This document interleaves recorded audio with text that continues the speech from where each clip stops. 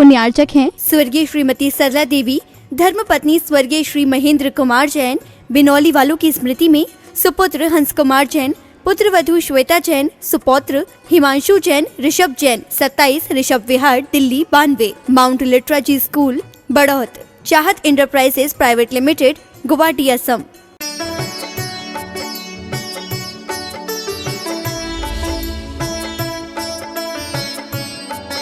अपना अपना बैंक है, अपना अपना खाता, अपना अपना बैंक है, अपना अपना खाता, जो भी जैसे कर्म करेगा वैसा ही फल पाता। बैंक की व्यवस्था तो बहुत पुरानी है। महावीर वाणी में भी आया कि भाई अपना अपना बैंक है। जो व्यक्ति जैसा अस्त्रबंध करता है वैसे उसको उदय आता है। जैसे कर्म होते हैं वैसा फल मिलता है। और जैन धर्म का एक कर्म सिद्धांत गीता जैसे ग्रंथों में भी भली भांति प्रस्तुत किया गया। जहां तक कह दिया कर्मण्येवाधिकारस्ते, कर्म में तुम्हारा अधिकार है, सत्कर्म करने का पुरुषार्थ करिए। बैंकर्स फोरम के लिए पदाधिकारी सभी उपस्थित हैं और आप अपना कर्तव्य अच्छी तरह से निभाने की कोशिश कर रहे हैं। समाज को, आम जन को जिस तरह का परामर्श देकर के उनके जीवन और व्यवस्थाओं को सरल बनाने की कोशिश कर रहे हैं, बहुत अच्छी बात है। लेकिन एक बात ध्यान रखें कि हम अहिंसावादी, शाकाहारवादी विचारधारा को प्रोत्साहित करने वाले लोग हैं। ऐसे में कोई अभक्ष उत्पाद बनाने वाली, हिंसाजन्य पदार्थों का इस्तेमाल करने वाली, बेचने खरीदने वाली कंपनियां हैं तो हमें उस कंपनियों के शेयर्स से और उनके फ्रेंचाइजी से भी बचना चाहिए। बैंक एक तरह का धंधा है। वो आपसे लेते हैं, दूसरे को देते हैं, दूसरे से लेते हैं, आपको देते हैं। और ऐसा बीच में जो दलाली कहिए, आप ऐसा बोल सकते हैं क्या, एजेंट, या जो कमाई बीच में होती है वो ब्याज में से, जैसे आपसे 1 रुपये पर लिया था, दूसरे को 1.25 रुपये में बेच दिया, बीच में जो कुछ बचा वो मार्जिन वो बैंक वालों का हो गया, कर्मचारियों का हो गया। वो एक तरह का व्यापार है।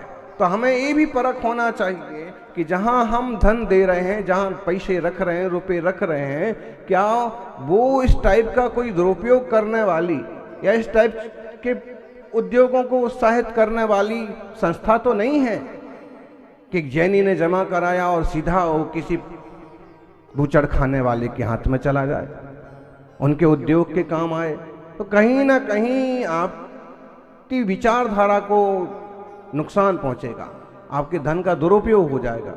ऐसे में बहुत सावधानी बरतने की जरूरत है।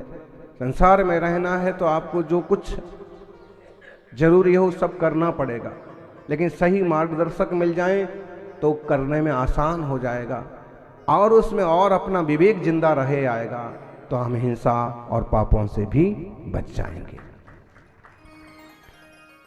कई सारी बातें बहुत अच्छी हैं जो मुनियों के मुंह से शोभा नहीं देती हैं, लेकिन फिर भी कि अगर आप अपने घर के लिए लोन लेते हैं, आप सक्षम हैं, फिर भी थोड़ा सा लोन लीजिए। इससे वो ज़मीन, उस जायदाद, उस जगह संबंधी काफ़ी सारी चीज़ें क्लियर हो जाती हैं, धोखा नहीं हो पाता है। उसके लिए आपको कागज पत्र ढूंढने पड़ते, सामने वाली पार्टी को भी कुछ सुनिश्चित करना होता है। ऐसे में ठगने से बच जाते हैं। और अभी ये युवा अंकुर अंकित वगैरह जो कह रहे थे, बहुत ज़रूरी बातें उनने कही कि लोभ लालच में आकर के आप कोई भी फ़ोन मत उठाइए, किसी को भी अपना फ़ोन मत दीजिए, किसी तरह का भी जल्दी से धन अपना किसी को मत दे दीजिए। तो बहुत अच्छे से आजकल साइबर क्राइम बहुत खतरनाक ढंग से बढ़ रहा है। आप सोचते रह जाएंगे और आपका बैंक गायब हो जाएगा। ऐसे में संसारी जनों को विवेक से ही आगे बढ़ना, चूँकि बैंकर्स लोगों ने आपको बहुत अच्छी जानकारी दी है, उस पर हम बहुत ज़्यादा बोलने के अधिकारी भी नहीं हैं और उचित भी नहीं, लेकिन इतना ज़रूर समझें कि सुश्रावकों का जीवन अच्छे ढंग से चलता रहे, उनका जीवन स्तर ऊंचा बना रहे, वे अच्छे अच्छे उद्योग लगा करके उद्योगपति बने और नौकर मत बनिए। बहुत बढ़िया बात कही सुख सागर जी ने। अब इसके आगे छुल्लक जंग मुनि जी लग जाए तो कितना बढ़िया काम हो जाए। अगर आप नौकरी करते हैं तो केवल अपने परिवार को पालते हैं, अपने परिवार की फिक्र करते हैं, लेकिन अगर आप कोई उद्योग करते हैं तो आप 10 परिवार की फिक्र करते हैं, समाज की फिक्र करते हैं, कई लोगों को जगह देते हैं, कई लोगों को काम देते हैं, कई लोगों को माल देते हैं, कई लोगों से माल लेते हैं। ऐसे में आपकी भूमिका एक ज़्यादा महत्वपूर्ण हो जाती है। तो जिस बात पर फोकस किया उन्होंने कि आप नौकरी करने वाली नहीं, नौकरी देने वाली बनने की कोशिश कीजिए। किसी को नौकर बनाओ मत, लेकिन जिन जिन को ज़रूरत है आप इस लायक बने कि आप उन्हें काम दे सकें, उनके माध्यम से समाज की सेवा कर सकें। बहुत अच्छी बातें सामने आई हैं जो हमारी विचारधारा में हैं, ज्ञान सागर जी की विचारधारा में रही हैं कि मंदिर के आसपास जो निर्माण होते हैं, मंदिर की कमेटी से संबंधित कोई निर्माण होते हैं, तो उन्हें चाहिए कि सबसे वो कम सक्षम जो जैन श्रावक हैं उन्हें ही वास्तु वो दुकानें आवंटित करें। और साथ में एक बहुत अच्छी बात कि लगभग कमेटी में कई सारे लोग सक्षम होते हैं और वो उस कमजोर व्यक्ति को स्टैंड देने की कोशिश करें, पूरी व्यवस्था बना करके लोन वगैरह के माध्यम से उसकी दुकान भी जमाने की कोशिश करें। देखो, जब तक श्रावक खड़े ना होंगे तब तक जैन धर्म कहाँ तक चलेगा। न धर्मो धार्मिक बिना, धर्म धर्मात्माओं के बिना नहीं चल सकता। मुनिराज तो परम धर्मात्मा हैं, लेकिन वो सर्वसंग त्यागी है। जैन धर्म का एक पहिया मुनि है, दूसरा पहिया जैन धर्म के रथ का एक चक्र मुनि संघ है, दूसरा चक्र श्रावक समुदाय। दोनों का सक्षम होना जरूरी है। जब श्रावक समुदाय सक्षम होता है तो मुनियों की गरिमा और महिमा अभूतपूर्व ढंग से बढ़ती है। श्रावक नहीं बोल रहे हैं इसलिए मुनियों को कठोर बोलना पड़ा। गिरनार जी को लेकर के आपने सुना है कभी कोई मुनि कठोर शब्द बोले, किसी को गाली टाइप की बात कहें? लेकिन जब देख रहे हैं कि श्रावक तो बहुत सारे चुप्पी साध के बैठ गए, गिरनार जी लेकर के बात ऐसी उल्टी सुल्टी हो गई है कि संभालना मुश्किल हो रहा है। वैसे में कुछ साधुओं ने कठोर शब्द कह दिए और कुछ लोगों ने उन शब्दों को पकड़ लिया।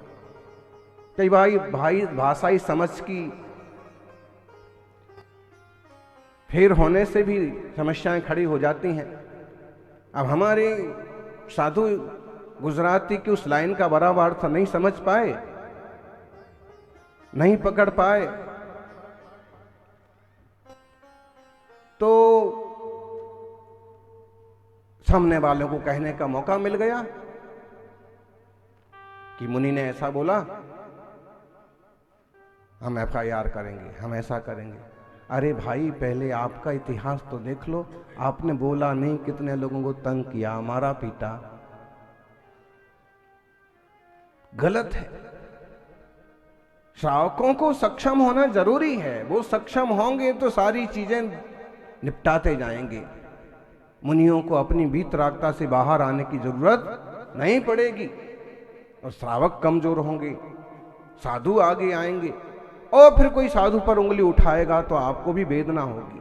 और पूरे देश में दिगंबर मुनि की एक ऐसी छवि है कि बोले दुनिया में आपको और धर्मात्माओं के नाम पर पाखंडी मिल सकते हैं, लेकिन जैन मुनियों में धर्मात्माओं के नाम पर शुद्ध वीतरागी साधु ही मिलेंगे, पहुंचे हुए संत मिलेंगे जो भगवत्ता के बहुत निकट हैं, जो सारी दुनिया को अपना परिवार मानते हैं, जो किसी हिंसा करने वाले को भी, अपने आप ऊपर उपसर्ग करने वाले को भी दुश्मन नहीं मानते हैं।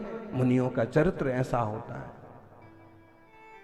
तो उन मुनियों की भावनाओं की सुरक्षा श्रावकों की सक्षम होने से ही हो पाएगी। क्योंकि कभी कोई अपशब्द निकल जाता है तो मुनि प्रायश्चित भी ले लेते हैं और क्षमा मांग करके क्षमा कर भी देते हैं। अब जब ये कहते हैं कि मैं सब जीवों को क्षमा करता हूं, सब जीव मुझे क्षमा करें, क्षमामि सब जीवाणम सभ्य जीवा खमंतु में मित्ति में सभ्भु देशु वीरम मज्जमणा केणवी। इसमें आ गया कि मेरा बैर नहीं है, चाहे वो गिरनार जी से संबंधित लोग हों, खंडगिरी उदयगिरी से संबंधित लोग हों, किसी मंदिर प्रॉपर्टी को हथियाने वाले लोग हों, वास्तव में उनसे किसी से भी मेरा ऐसा कोई बैर नहीं है।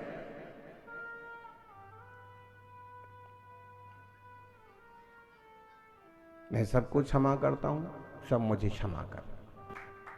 रोज सुबह शाम ये प्रार्थना मुनि हमेशा करते हैं और उनकी इतनी पवित्र भावनाएं हैं। फिर भी किसी वातावरण के बस कभी कोई ऊंचे नीचे शब्द निकल जाएं तो बुद्धिमान लोगों को, समझदार लोगों को चाहिए कि उस पर ज़्यादा एक्शन रिएक्शन करने की ज़रूरत नहीं है।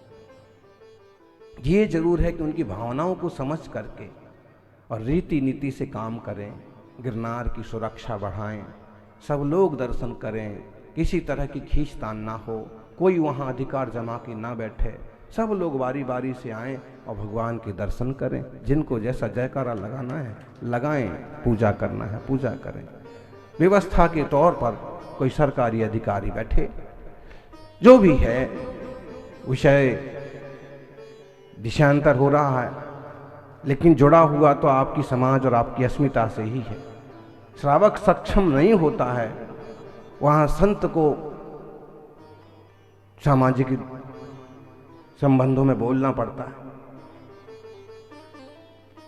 आपकी सामाजिक संस्थाएं भी छितर बितर होती जा रही हैं। वैवाहिक संस्थाएं देख लीजिए, आपकी छोरे छोरियों का ठिकाना नहीं पड़ रहा है। छोरियां खूब पड़ गई हैं और वैसे पढ़े लिखे छोरे नहीं मिल रहे।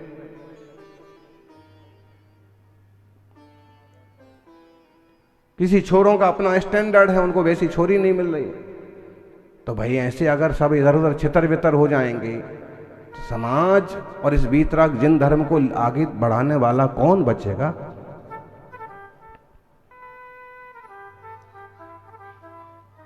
व्यवहारिक विषयों की समझ के साथ साथ आध्यात्मिक और धार्मिक विषयों की समझ और उनका मूल्यांकन करना भी जरूरी है। सौभाग्यशालियों, बड़ी से बड़ी पढ़ाई करके कोई उद्योग करें, कोई कंपनी खोलें। अभी आप सुन रहे थे, बोले 5 करोड़ तक का लोन मिलता है।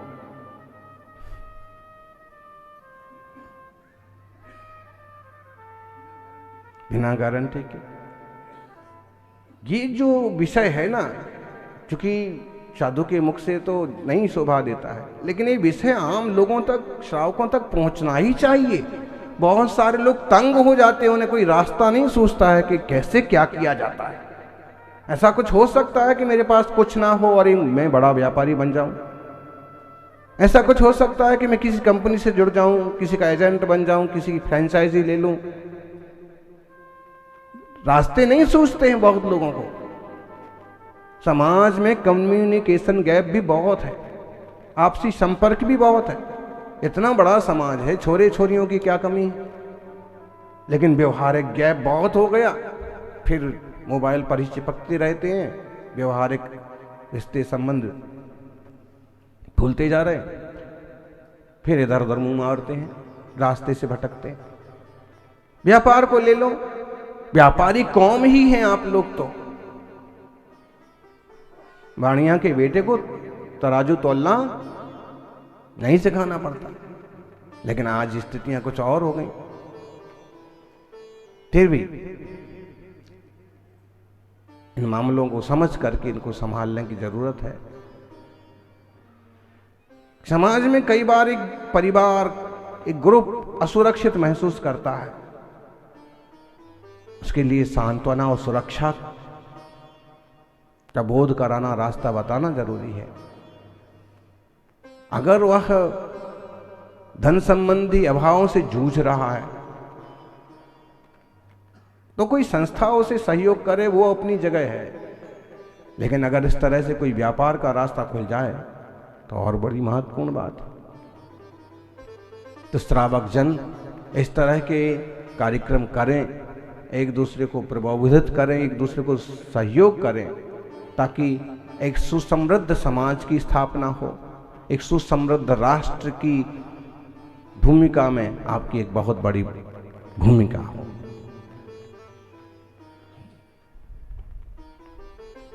वैसे ऋषभदेव आदिनाथ ने भी अपने जमाने में 80-80 कृषि, शिल्प कला, विद्या और वाणिज्य की बात कही थी।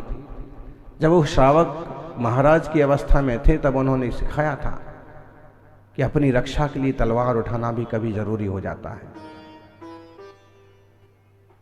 क्षत्रियों के वंशज हैं जैनी श्रावक, फिर इसमें क्षत्रिय भी सम्मिलित हैं, ब्राह्मण भी सम्मिलित हैं, वैश्य भी सम्मिलित हैं, और सभी अच्छे लोग, अच्छी दिशा में जाने की भावना रखने वाले लोग सम्मिलित हैं। 80-80 कृषि, शिल्प कला, विद्या और वाणिज्य, व्यापार भी उन्होंने ही सिखाया था। और एक सूत्र आप जो सुनते हैं कि ऋषभदेव ने कहा था, ऋषि बनो या कृषि करो। ये जीवन जो है केवल खाने पीने मौज मस्ती के लिए नहीं मिला है। अगर आप सामर्थ्यवान हैं तो भाव भाव से भटकती हुई अपनी आत्मा को भाव के पार ले जाने का पुरुषार्थ करो। इस जीवन में सबसे पहले कोशिश करो कि तुम अपनी आत्मा का हित साथ पाओ, क्योंकि हम संसार में जो व्यापार चलाते हैं, जो लोन लेते हैं, देते हैं, जो धन पैसा होता है, वो एक पर्याय में, एक जीवन में काम आता है। धन तो एक जीवन में काम आता है, लेकिन धर्म ध्यान हमेशा काम आता है। धन अपनी जगह जरूरी है, धर्म ध्यान अपनी जगह जरूरी है। कृषि करो या ऋषि बनो। ऋषभदेव ने कहा था कि अगर तुम गृहस्थी में जाते हो तो कृषि करना सीखो, कृषि करो, खेती करो, इससे तुम्हारा पेट भरेगा, तुम्हारी मेहनत से और लोगों का भी पेट भरेगा। तो कृषि के नाम पर सिर्फ कृषि ही थी, खेत में उगने वाले पेड़ पौधों के द्वारा प्राप्त होने वाले फल वगैरह। कृषि के नाम पर आज की तरह मछली पालन, मुर्गी पालन, बकरी पालन, खरगोश पालन और पालन के नाम पर इनका मारण, ये जो हो रहा है, ऐसा ये हमारी भारतीय संस्कृति और भारतीय कृषि का ये लक्ष्य नहीं है। बहुत भूलें पैदा हो गई हैं। वर्तमान की सरकार काफ़ी प्रबुद्ध है, उनसे आग्रह करेंगे कि इस तरह की चीज़ों को बढ़ावा ना दिया जाए, किसानों को इस तरह की चीज़ों के लिए अनुदान न दिया जाए जिसमें चलते फिरते जानवरों का, पशु पंछियों का घात होता हो। अपितु एक जो बहुत अच्छी सोच प्रधानमंत्री जी की दुनिया के सामने आई, मिलेट्स की, श्री अन्न की, भारतीय पुराने धान्यों की, इस टाइप के मदों में किसानों के लिए जबरदस्त अनुदान दिया जाए ताकि पुरानी चीजें पटरी पर आए, अच्छा खाद्य जनता को उपलब्ध हो और पशु पक्षी अपनी जगह स्वतंत्र जिए। जय बोलिए 24 तीर्थंकर भगवान की।